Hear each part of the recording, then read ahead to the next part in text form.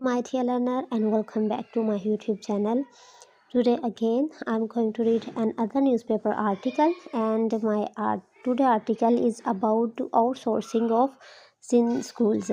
So I have read it half part before, and I'm going to read its next half part.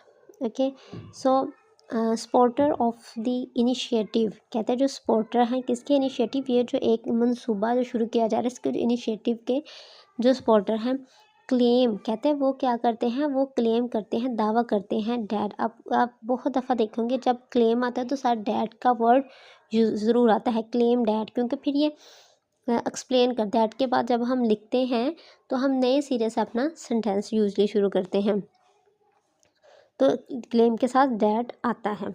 Supporter of the initiative claim that involving private organization कहते हैं कि involve करना private organisation को।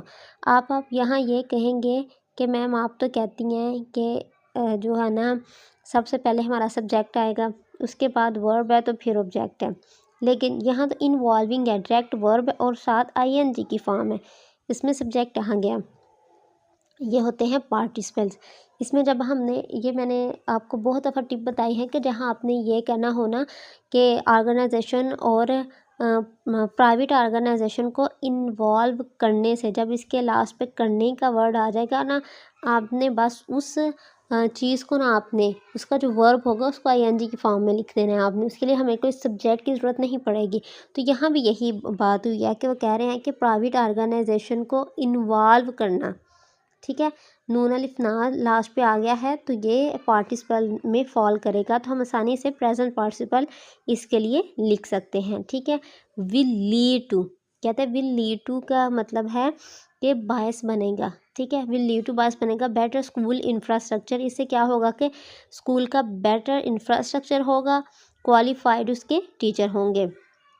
अब यहाँ एक word आया है विल लीड टू का क्या बस यही मीनिंग है कि यहाँ हम विल लीड टू यहाँ हमने क्यों यूज़ किया, इसके अपोजिट भी हम कुछ वर्ड्स यूज़ कर सकते थे ना। अब हम इसको देखते हैं। सबसे पहले जी विल लीड टू का मतलब होता है, ये एडवांस वोकैब में आता है और इसका मतलब होता है पैदा होंगे, ठीक है जी, पैदा होंगे। यहाँ ये क्या करेंगे जी, बायस बनेंगे, ठीक है। अब ये देखें जी कैसे आएगा इसका meaning, eating too much junk food will lead to health problem, कहते हैं बहुत ज़्यादा जंक फूड खाने से सेहत के मसाइल पैदा होंगे, ठीक है जी। किसी चीज़ का हम करें इसका ये इफ़ेक्ट्स होगा, तो उसके लिए हम लोग विल लीड टू का हम एडवांस में अब वर्ड यूज़ करते हैं। Eating too much junk food will lead to. अब मैंने आपको ना इसका जो होता है ना वो कैब जो इसकी जगह हम लोग यूज़ करते हैं, इसका सिनोनिम नहीं बताना, क्योंकि अगर सिनोनिम लिंक वो आपको ईजी लगेगा तो आप वो यूज़ करना शुरू कर दोगे। नहीं, हमने यही वर्ड ही हमने याद करना, इसे ही हमने अपने सेंटेंसेस में यूज़ करना है, विल लीड टू। जहाँ हमने कहना होगा ना कि अच्छा ऐसा करने से तो ये होगा, ठीक है, तब हमने विल लीड टू का वर्ड यूज़ करना है। हम ये कहेंगे ना hard work and dedication will lead to success, के भाई मेहनत और लगन कामयाबी का बायस बनेंगी, मेहनत और लगन से कामयाबी हासिल होगी, ठीक है। तो वहाँ हमने विल लीड टू का वर्ड यूज़ करना है, इसलिए मैंने इसके बहुत ज़्यादा सेंटेंसेस लिख दिए हैं 3-4 ताकि आप इनको पढ़ें और आपको प्रैक्टिस हो। Carelessness while driving will lead to accident, कहते हैं गाड़ी चलाते हुए लापरवाही हादसात का बायस बनेंगी, ठीक है। Lack of sleep will lead to poor concentration, नींद की कमी की वजह से क्या करें, जो हमारी कंसंट्रेशन है वो कम हो जाएगी, ठीक है, वो इस तरफ हमें लेके जाएगी, इस चीज़ का बायस बनेंगी या इस चीज़ से ये मसाइल पैदा होंगे, उसके लिए हमने अगर वर्ड यूज़ किया है विल लीड टू, ठीक है। आई होप कि आप लोगों को ये वर्ड याद हो गया होगा कि हमने इसे कैसे यूज़ करना है और कब यूज़ करना है। यहाँ राइटर ने बहुत मज़े से इसको यूज़ किया है कि involving private organization will lead to, कहती है कि बायस बनेंगी टू बेटर, मतलब अच्छे स्कूल इंफ्रास्ट्रक्चर, स्कूल का जो इंफ्रास्ट्रक्चर वो अच्छा होगा, इससे क्वालिफाइड टीचर्स आएंगी, अपडेटेड करिकुलम आ जाएगा, और एज वेल एज कहता है इसके साथ साथ, जब हम कहना चाहिए ये तो है इसके साथ साथ और क्या होगा, तो हम उर्दू में बहुत दफ़ा कहते हैं कि भाई एक तो अगर हम डर्माटोलॉजिस्ट वाले कहते हैं इसके तो आपकी एक्नी ख़त्म हो जाएगी, इसके साथ साथ जी आपके फेस पे ग्लो भी आएगा, तो एज वेल एज का हम लोग फिर वर्ड यूज़ करते हैं इसके साथ साथ। एडवांस लर्निंग टूल की एडवांस लर्निंग टूल्स भी हमें मिलेंगे। नेक्स्ट है जी इन थेरी दिस साउंड्स प्रॉमिसिंग। अब ये एक वर्ड है, आपको तो बड़ा आसान सा लगेगा कि अच्छा साउंड्स किसी की चीज़ का फील होना, प्रॉमिसिंग प्रॉमिसिंग मतलब होता है किसी चीज़ से कोई वादा करना, लेकिन ऐसा नहीं है। मैं बताती हूँ इसका क्या मीनिंग है जी। दिस साउंड्स, ठीक है जी, साउंड्स प्रॉमिसिंग का मतलब होता है कोई चीज़ उम्मीद अफजा लगना, या कोई हमें कोई जो प्रोजेक्ट है या किसी की कोई बात जो है हमें ऐसा लगे कि अच्छा ये जो बात करी, ये जो हम जो प्लान है वो अडॉप्ट करेंगे तो हमें इससे कामयाबी मिलेगी, तो तब हम लोग यूज़ करते हैं दिस साउंड प्रॉमिसिंग। ठीक है, ये भी एक नया एडवांस वर्ड है। ये मैंने इसलिए ये पैराग्राफ पढ़ना है कि इसलिए मैंने चूज़ किया था कि इसमें दो चीज़ें हमें मिली हुई, लीड टू का हमने किस तरह यूज़ करना है, then the other word is sound promising, कि इसको हम किस तरह यूज़ करके हम लोग एडवांस जो है ना वो कैब की तरफ हम जा सकते हैं जी। अब ये देखें जी, योर प्रोजेक्ट साउंड प्रॉमिसिंग, के तुम्हारा जो प्रोजेक्ट है ना वो अच्छा ऐसा साउंड प्रॉमिसिंग लग रहा है कि ऐसा ये फ्यूचर में कामयाब होगा।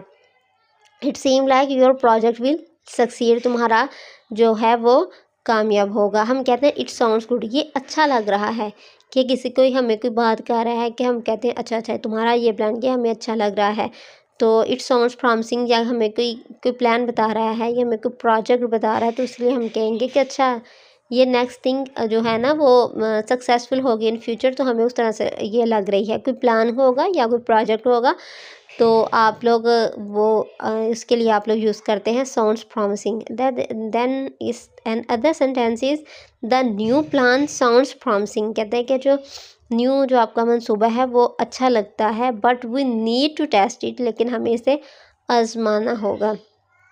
ठीक है, the new plan sounds promising, कि आपका जो नया मंसूबा है वो हमें लग रहा है कि वो फ्यूचर में कामयाब होगा, but we have to test it, हमने इसे टेस्ट करना है। ठीक है जी, आज हमारे पास दो जो एडवांस वोकैब हमने अच्छी तरह उसको समझ लिया है कि हमने किस तरह उनको यूज़ करना है, जब हमने खुद राइटिंग करनी है, जब हमने खुद इसको बोलना है। तो देखिए इन थेरी कहता है अगर प्रैक्टिकल के अलावा हम ज़ुबानी इसको सोचें इस चीज़ को कि अच्छा ये आउटसोर्स हो जाएंगे, प्राइवेट कोई कंपनी आके हमारे स्कूल्स को ले लेगी तो बहुत अच्छा होगा, इंफ्रास्ट्रक्चर अच्छा होगा, good teacher high qualified teacher होंगे, हमें एडवांस लर्निंग टूल्स मिल जाएंगे।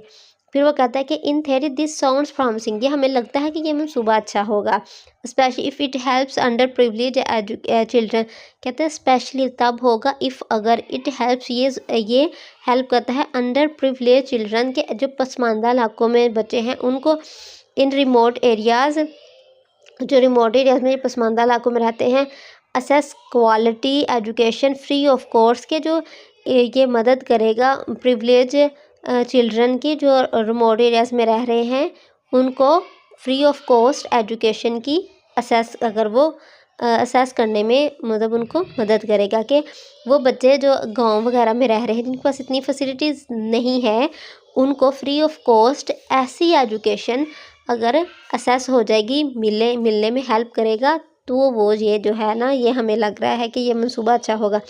But theory and reality often differ, कहते हैं कि जो थेरी होती है और जो रियलिटी होती है वो कहते हैं वो डिफरेंट होती है। द